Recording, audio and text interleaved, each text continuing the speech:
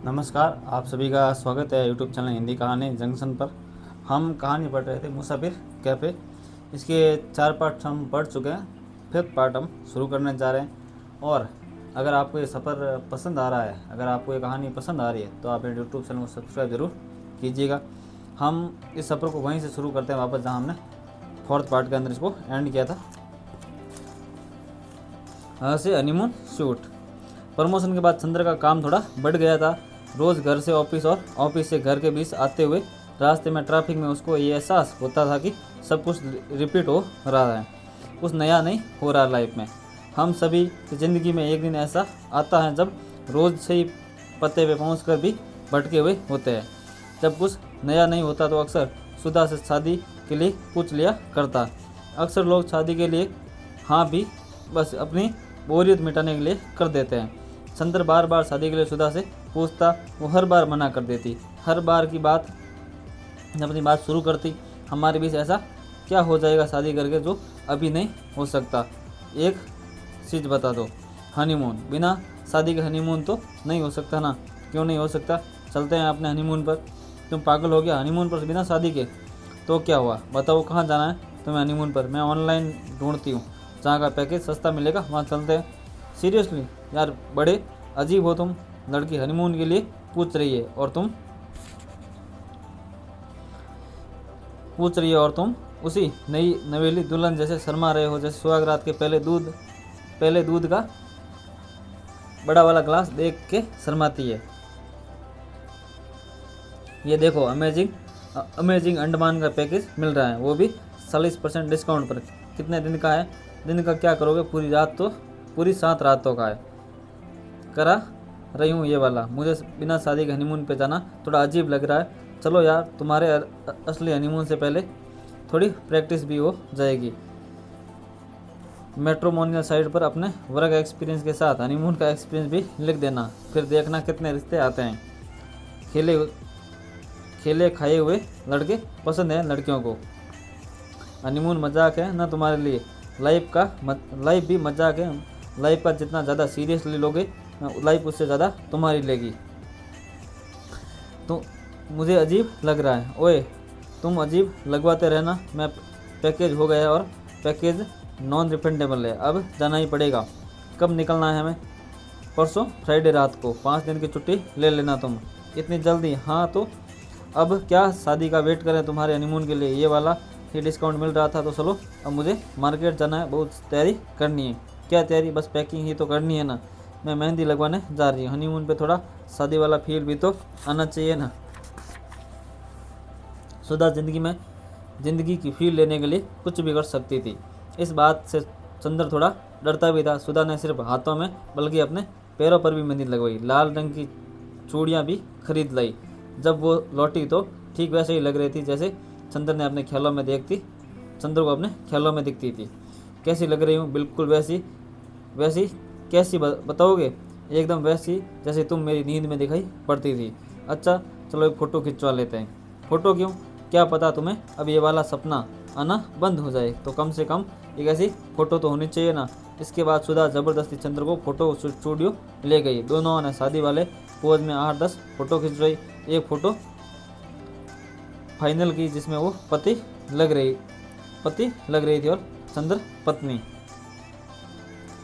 से अंडमान निकोबार। सुधा और चंद्र port Blair 2 दिन रहने के बाद हेवलॉक आ गए। क्रूज से हेवलॉक से पोर्ट ब्लेयर की दूरी लगभग 3 घंटे की थी। ऐसा कहा जाता है कि हेवलॉक में राधा नगर नाम का कोई जो बीच है, वहाँ सूरज इतनी खूबसूरती से डूबता है कि घड़ी खुद सूरज का डूबता हुआ देखने के चक्कर में कुछ देर तक रुक जाया करती है।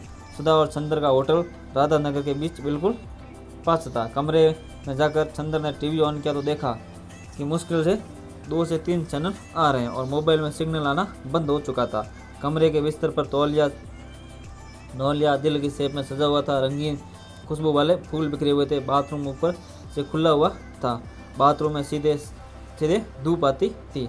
बाथरूम देखकर ऐसा लग रहा था जैसे अगर यहाँ 2 लोग साथ नहीं नहाए तो बाथरूम बुरा माने सो माने। छत के झांकती हुई धूप बुरा मान जाएगी। कमरे के बाहर 2 कुर्सियां पड़ी थी। समंदर के कमरे से केवल 100 मीटर दूरी पर था। समंदर के पास भी कुछ ऐसी कुर्सियाँ पड़ी हुई थी। कुर्सी के थोड़ा और आगे बढ़ने पर एक बेड जैसा रखा हुआ था, जैसे फिल्मों में होता है। कमरे में समंदर की आवाज़ एकदम साफ आ रही थी। पहली बार जब दो लोग सबसे करीब आए होंगे तो ज़रूर समंदर का किनारा रहा होगा। सूरज डूब रहा होगा। उन दोनों लोगों ने दिन के डूबने से पहले रोकने की कोशिश की होगी। दिन को रोकने की कोशिश में वो मिलकर पहली बार एक हुए होंगे।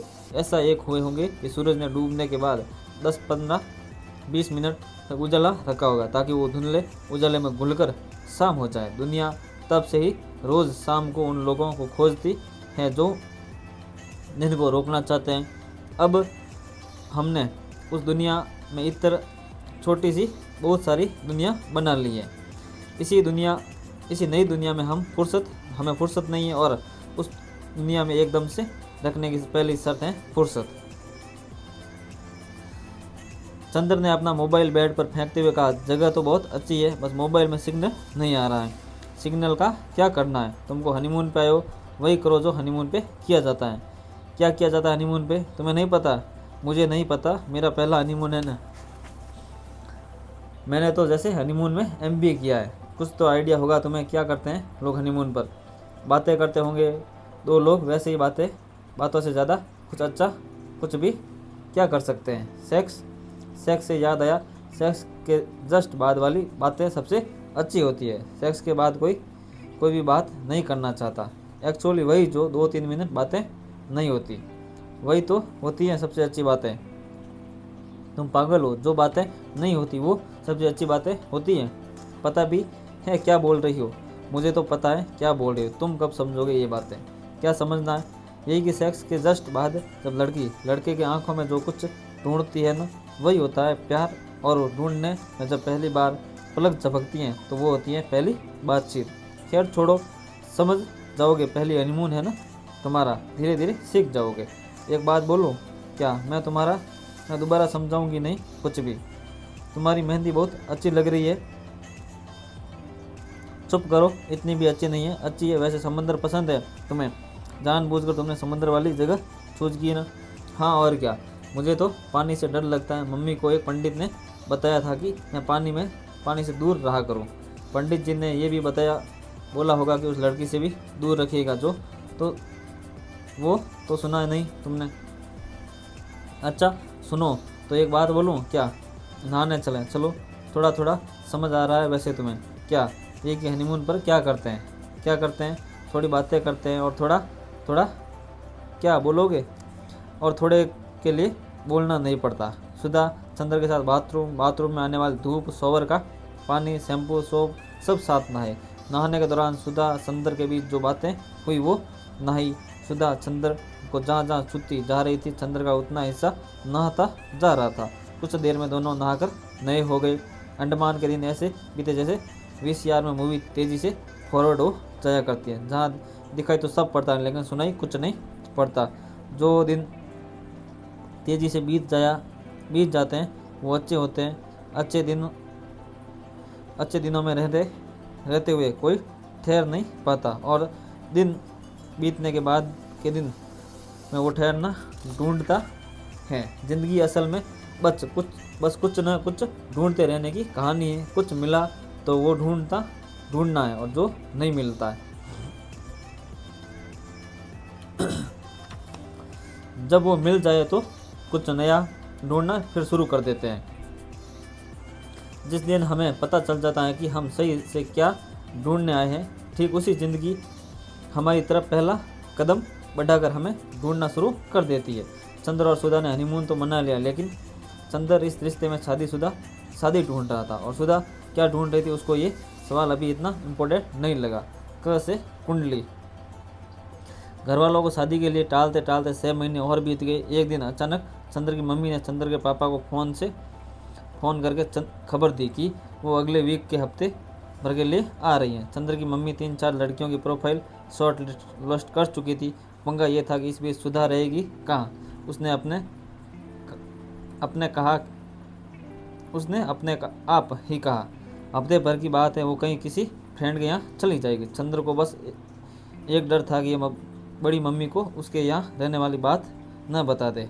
ये सोचकर चंद्र ने सुधा से कहा कि भाई को 200-400 रुपये देकर समझा देना कि मम्मी से सुधा के वहाँ रहने का कोई जिक्र न करे। मम्मी के आने से पहले वाला हफ्ता बहुत तेज़ी से बीता।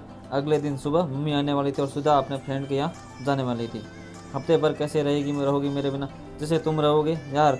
मैं सोच रहा था कि अगर तुम मम्मी से मिल लेती तो अच्छा रहता।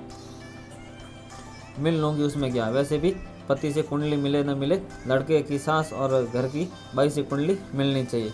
यार मजाक नहीं, मैं सीरियसली सोच रहा था। हाँ मिल तो लूँगी, मैं भी सीरियसली कह रही हूँ। तो मतलब तुम शादी के लिए अब मेंटली प्रिपेयर्ड हो ना? शादी कहाँ से आ गई? अभी तो तुमने बोला सास से कुंडली मिलने वाली बात। मजाक में नहीं बोल सकती यार। हम इतने दिन से साथ रहे हैं, हमेशा तो ऐसे ही नहीं चल सकता ना। नहीं चल सकता मतलब आगे क्या? आगे कुछ नहीं। मैं आगे बिना शादी के साथ नहीं रह सकता। इतने दिन से तो रह रहे हो, अब क्या हो गया? तुम्हें तो करनी नहीं है शादी, मुझे तो करनी है। मुझे तो देखना है ना। घर वालों को बहाने बनाते बनाते थक चुका हूँ। तुम्हारी शादी करने की वजह कितनी फालतू है, कभी सोचा है तुमने? यार तुम समझ नहीं रही हो, मुझे भी ऐसा ही लग रहा है। मैंने आज तक गलत ही समझा तुमको। मैं आखिरी बार पूछ रहा हूँ, तुम शादी करोगी कि नहीं? मैं नहीं करूँगी तो अपना सारा सामान लेकर जाओ। अब यहाँ आना ही मत लौट के। क्या? हाँ मत आना लौट के। तुम कुछ ज़्यादा ही हाइपर नहीं हो रहे हो? नहीं हो रहा हूँ। तुम जाओ, अभी जाओ। अभी रात में जाऊँ? रात में आई थी ना, रात में ही जाओ। मैं सुबह तक झेल नहीं पाऊँगा तुम्हें। इसलिए शादी नहीं करना चाहती मैं। तभी शादी हुई, अभी शादी हुई नहीं है तब घर से निकालने के लिए बोल रहे हो। शादी के बाद पता नहीं क्या करोगे। तुम जाओ, मुझे कुछ नहीं सुनना। मैं सुबह जाऊंगी, पहले ही बता रही हूँ। दिक्कत है तो तुम जाओ, जाकर स्टेशन पर बैठ जाओ, फिर किसी दोस्त के यहाँ चले जाओ। मैं कहीं नहीं जाऊँगा। मैं भी तो सुबह से पहले नहीं जाने वाली। तुम्हारा प्रॉब्लम क्या है ये बताओगी? तुम मुझे समझ नहीं पाए चंदर। ऐसा मत बोलो। क्यों नहीं बोलो? तुम मुझे जानते होते तो ये नहीं पूछते। सब तो जानता हूँ तुम्हारे बारे में। तुम्हें बस लगता है तुम मुझे जानते हो। लगने और जानने में फ़र्क होता है। तुम तो ये जानते हो कि रोज़ कोर्ट जाती हूँ, वहाँ जाकर मैं रोज़ दिन भर साल भर शादियाँ टूटते देखती हूँ। किसी लव मैरिज 3 महीने पहले हुई थी, किसी की हुए 15 साल बीत गए, कोई 55 साल की उम्र में डिवोर्स चाहता है। मैं इतने तरीके से शादी टूटते हुए देख चुकी हूँ कि मुझे बस डर लगता है शादी से। इतना डर कि अगर कभी सपने में भी हमारी शादी होती है तो सपना टूट जाता है। इसका मतलब नहीं है कि हमारे साथ भी ऐसा ही हो। मैं इतना ख़राब नहीं हूँ। शादियों में जो लोग अलग होते हैं वे भी ख़राब नहीं होते। ख़राब बस शादी होती है। यूँ तो चंद्र को कभी गुस्सा नहीं आता था, लेकिन उस दिन पता नहीं क्या हुआ। जिसको कभी कभी गुस्सा आता है, उनको जब गुस्सा आता है तो वो कंट्रोल नहीं कर पाते। इसलिए थोड़ा थोड़ा गुस्सा करते रहना चाहिए। रिश्ते और ज़िंदगी चलाते रहने के लिए अच्छा रहता है। आधा शहर से स्टेशन। चंद्र अपनी मम्मी के साथ हफ्ते भर में 3 लड़कियों से बेमन से मिला। जब वो मम्मी को वापस जाने के लिए पहले स्टेशन पर छोड़ने आया, तब चंद्र पहली बार अपनी मम्मी को सुधा के बारे में बताया।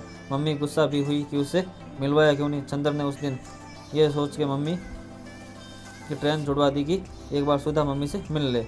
चंद्र ने सुधा को कई बार फ़ोन मिलाया। अगले दिन कोर्ट भी गया, लेकिन उससे ना कोई बात हुई ना कोई मुलाकात। चंद्र ने अपनी मम्मी को बहाना बना दिया कि सुधा को किसी काम से दिल्ली जाना पड़ गया, वो अगली बार पक्का मिलवा देगा। मम्मी भी जिद पे अड़ गई, बिना मिले नहीं जाएगी।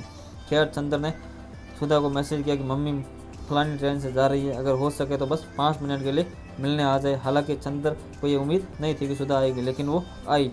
वो वाकई बड़ी अच्छी लग रही थी। आती हुई हर बात अच्छी होती है। बातें, बारिश, धूप, समुंदर। वैसे भी मिलने के लिए स्टेशन पर बड़ी जगह लगती है। रोज़ कितने लोग पहली बार यहाँ मिलते हैं। सुधा को मम्मी बिना पलके झपकाए देखती रही। वो सुधा में अपनी बहू ढूंढ रही थी। माँ होना असल में कुछ न कुछ ढूंढते रहना है बच्चे।